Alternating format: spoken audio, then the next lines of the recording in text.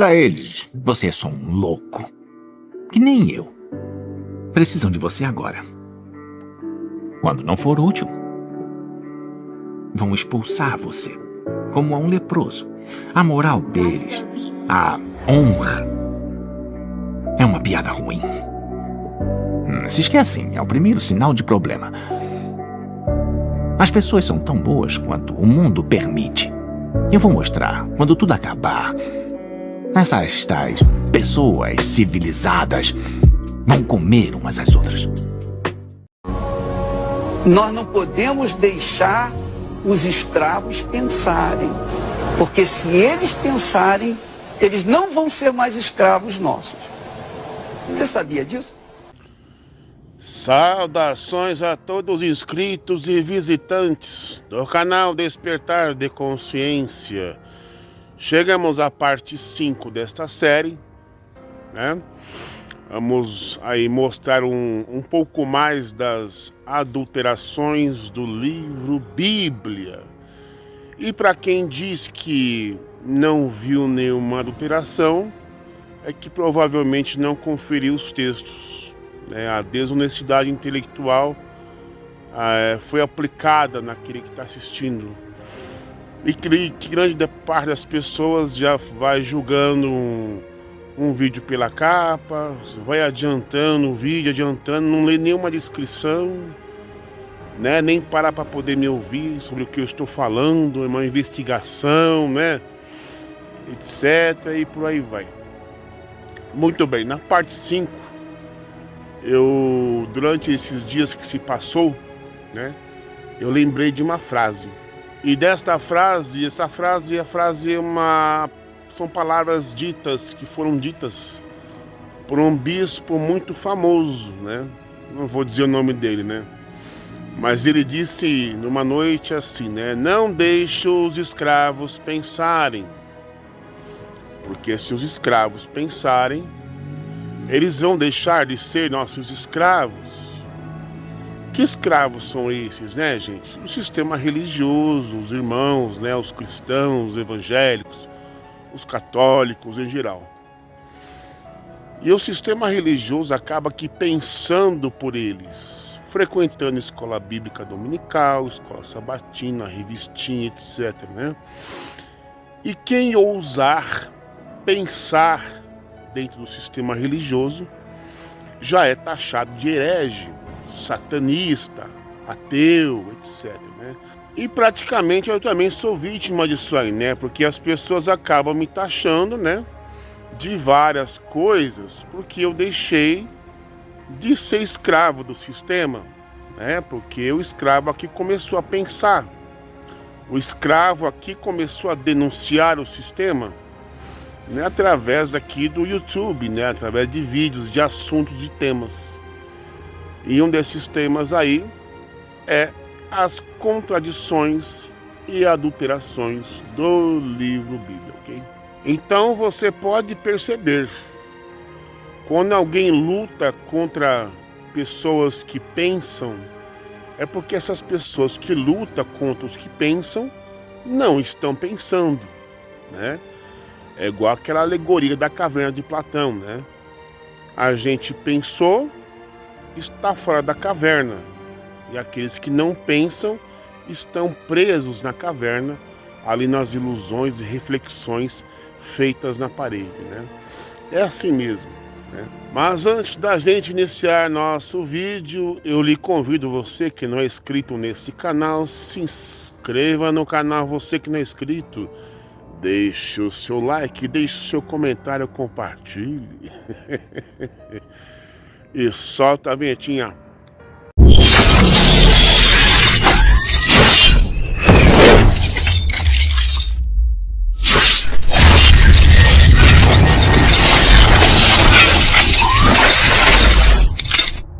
E vamos lá para mais contradições no livro Bíblia, né? Analisando aqui os textos. Primeiramente, Apocalipse, tá meio que embaçado ali, mas dá para entender, né? Vamos ver aqui, Apocalipse capítulo 20, verso 10. E o diabo que enganava foi lançado no lago de fogo, e enxofre, aonde está a besta e mais o falso profeta. E de dia e de noite serão atormentados para todo sempre. E deu o mar e os mortos nele em que estavam, e a morte, né? E a morte, o inferno, no grego Hades, lugar debaixo da terra, tornaram a dar os seus mortos que neles estavam, e foi julgado cada um segundo as suas obras. E o inferno, aqui está no grego Hades, lugar debaixo da terra, e a morte foram lançados no lago de fogo. Esta é a segunda morte, e quem não foi achado escrito no livro da vida foi lançado no lago de fogo. Comentário: não existe inferno, a palavra é Sheol. Isso devido às traduções de Bíblias, né, tendenciosas, né? Se colocássemos todos os textos contraditórios, seriam mais de 52 mil adulterações, tá vendo aqui, ó? É por isso que não vou alongar muito esse vídeo apontando todas as 52 mil adulterações, né? Vamos ver aqui. Evangelhos apostólicos foram escritos 80. Roma só permitiu 4. Que loucura! Essa informação eu particularmente não tenho, né? Não sei aqui, ó. Evangelhos apostólicos foram escritos 80. Mas só colocaram 4? Mateus, Marcos, Lucas e João, né? É muito estranho. Ora vem, Senhor Yeshua, e toma o teu trono eternamente. Pelo santo e justo és tu, Adonai. Erie Esher, o grande serei o que serei. Contradição. Somente verificando o típico entendimento hebreu no hebraico original do Matitial hebraico. Para isso, corroboramos com algumas informações históricas. Vamos ver a informação histórica.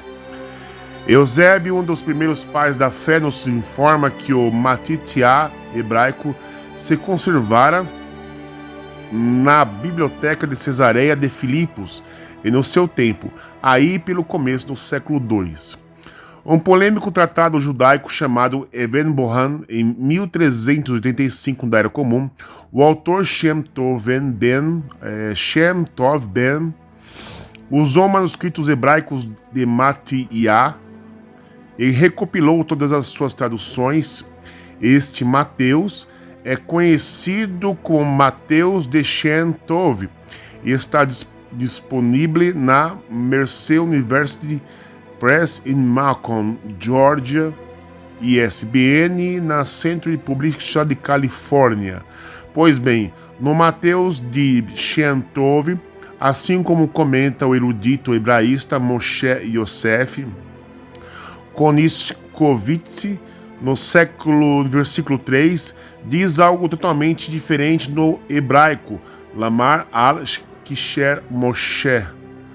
Aí temos aqui uma Yosheve, Ha-Perushim, Veha-Rohimim.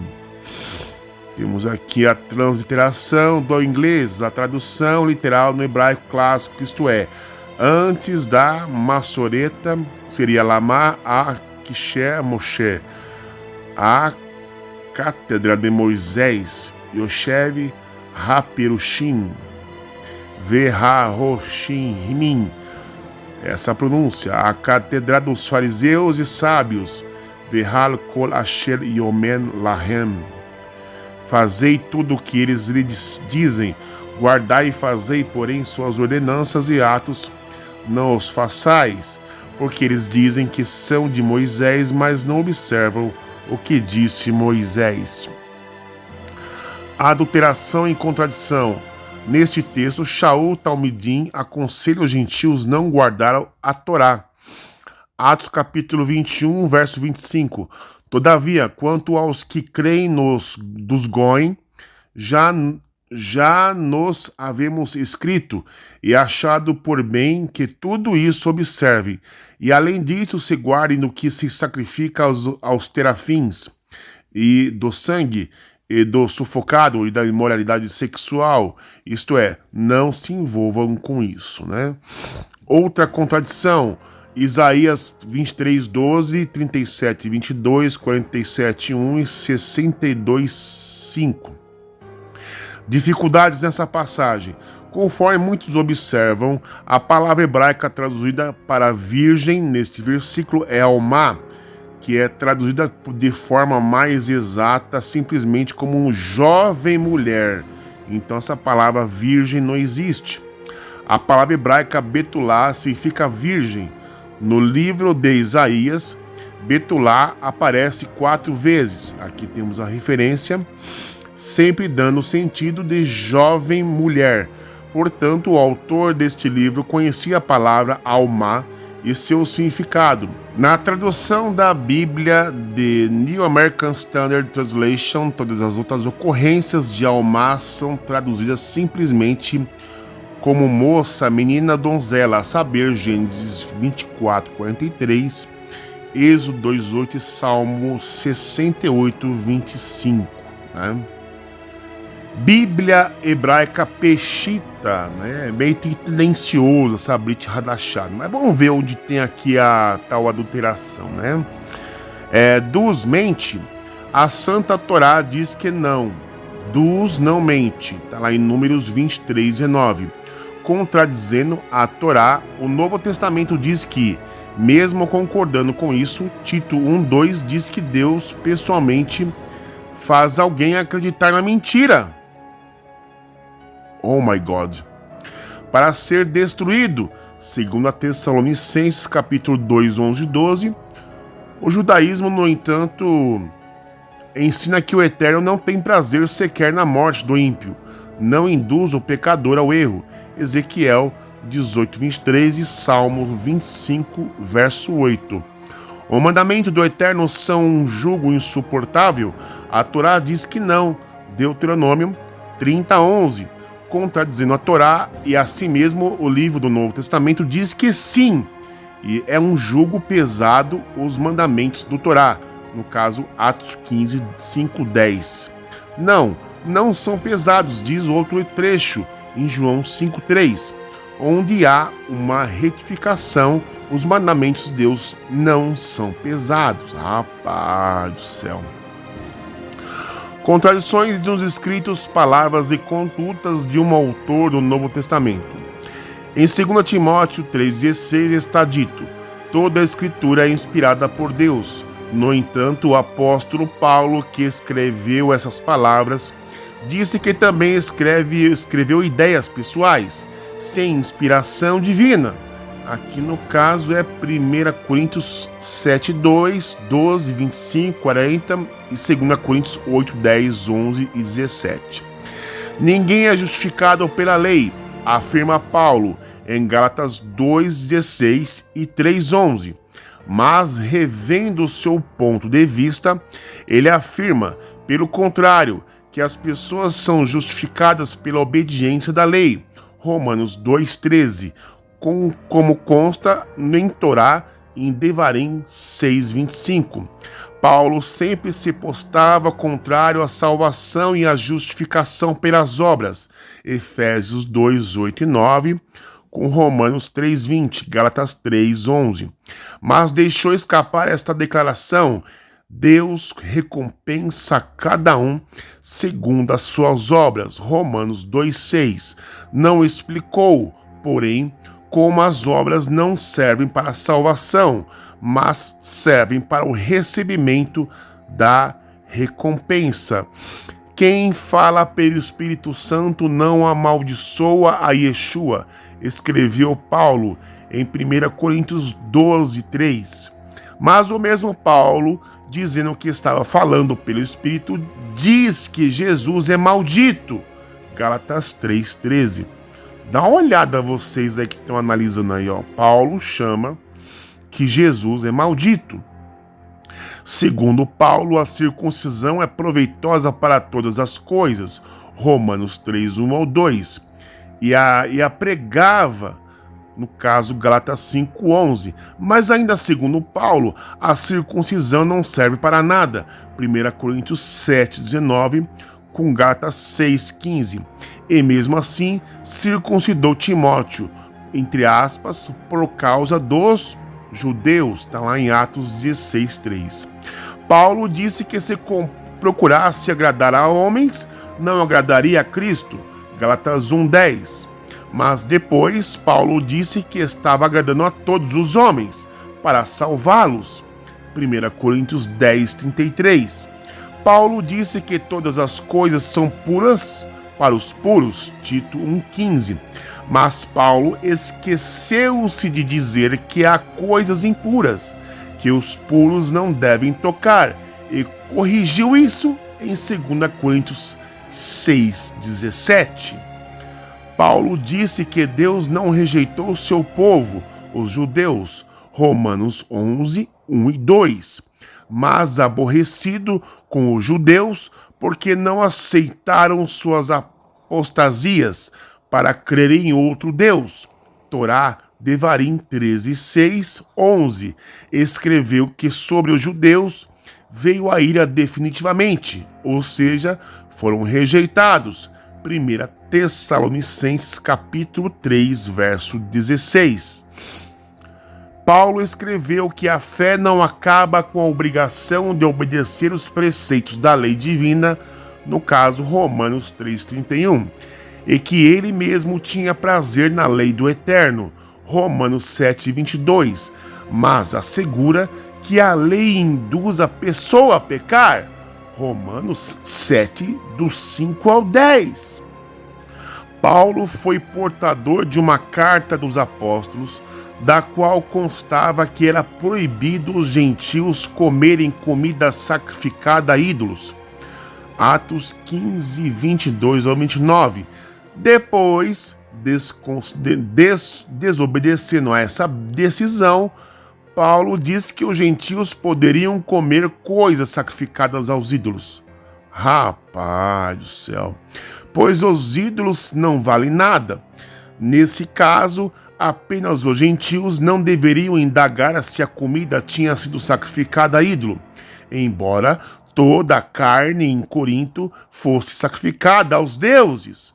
1 Coríntios capítulo 8, verso 4, do 7 ao 10 e capítulo 10, verso 25 ao 30.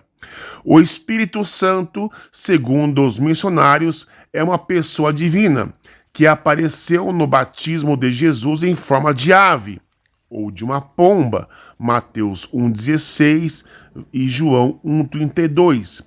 Mas Paulo escreveu que a divindade, olha só, não pode ser transformada em algo semelhante a aves. Romanos capítulo 1, verso 23. E agora, gente, oh my God!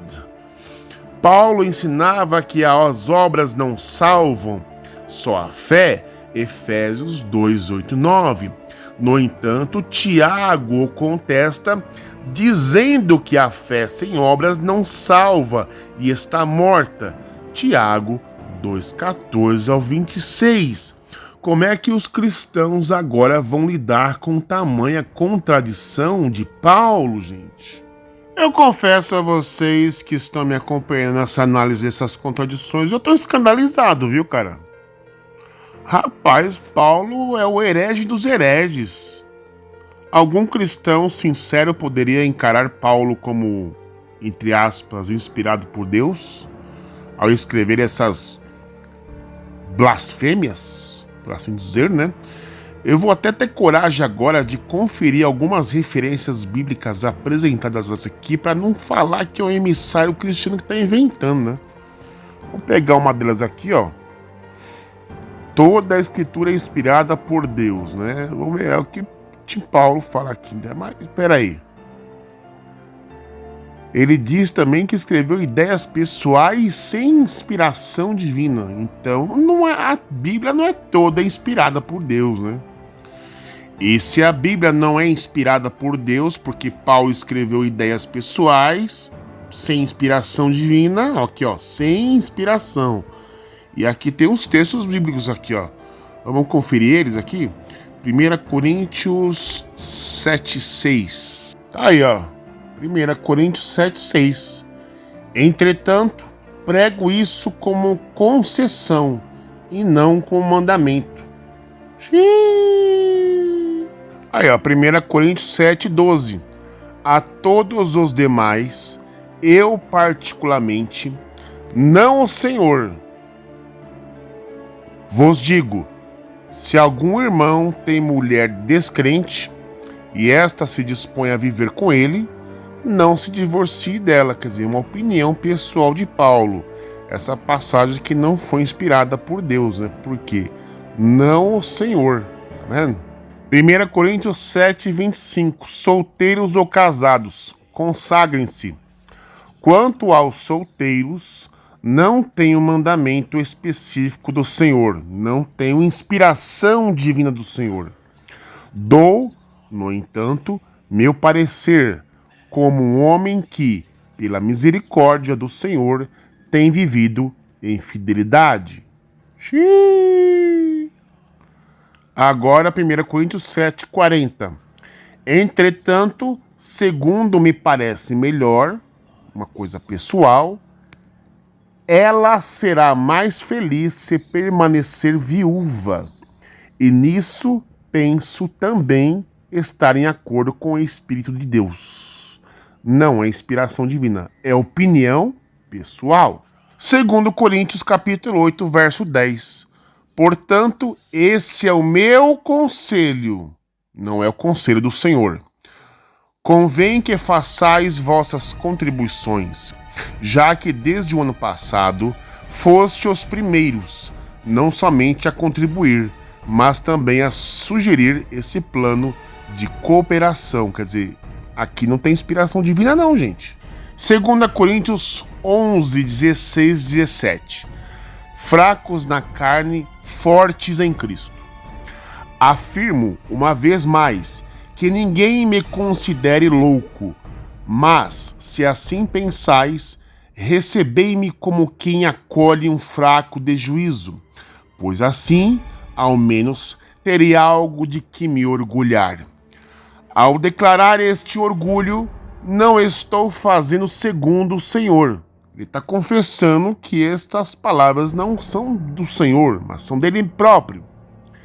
Mas como quem perdeu a sensatez, tá vendo? A Bíblia não é inspirada, gente. Nem toda a escritura é inspirada, tá vendo? Aqui você pode testemunhar aí que Paulo deu lá a sua opinião pessoal, né? Suas declarações pessoais, e ele mesmo confessa que a inspiração que ele disse ali não é um provém de Deus. Agora vamos ver aqui essa declaração aqui, ó. Quem fala pelo Espírito Santo não amaldiçoa a Yeshua, escreveu Paulo em 1 Coríntios 12, 3. Vamos dar uma olhadinha? Tá aí, ó, versículo 3. Portanto, eu vos afirmo que ninguém que fala pelo Espírito de Deus pode dizer, maldito seja Jesus. Da mesma forma, ninguém pode declarar, Jesus é Senhor, a não ser pelo Espírito Santo. E vamos verificar isso aqui também, gente. Não passa batido não, aqui, ó. Vamos lá, aqui, ó. Mas o mesmo Paulo, dizendo que estava falando pelo Espírito, diz que Jesus é maldito. Gálatas 3,13.